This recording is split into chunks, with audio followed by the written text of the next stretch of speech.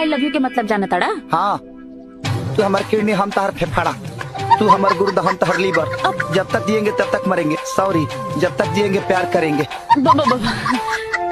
पीछे का छुपावले बड़ा? गुलाब के फूल है हो जगन्नाथ बाबा देला। ई का सुहाग रात में देबा? ले ला।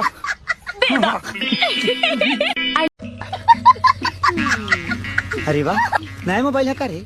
हाँ। तोर मामा खेत बेच के किन ले होंगे। गजब बेइज्जती। कितना क्या है? देखा, एक दाम से कोनो मतलब नहीं है। काम से मतलब था। आप ही चाहते थे ना? आप जो चाहते थे, पागल ने कर दिया वो चीज।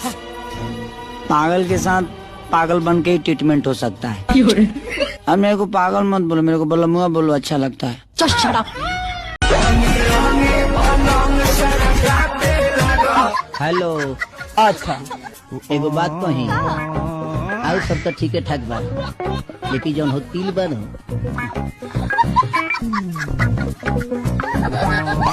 बहुत सही जगह।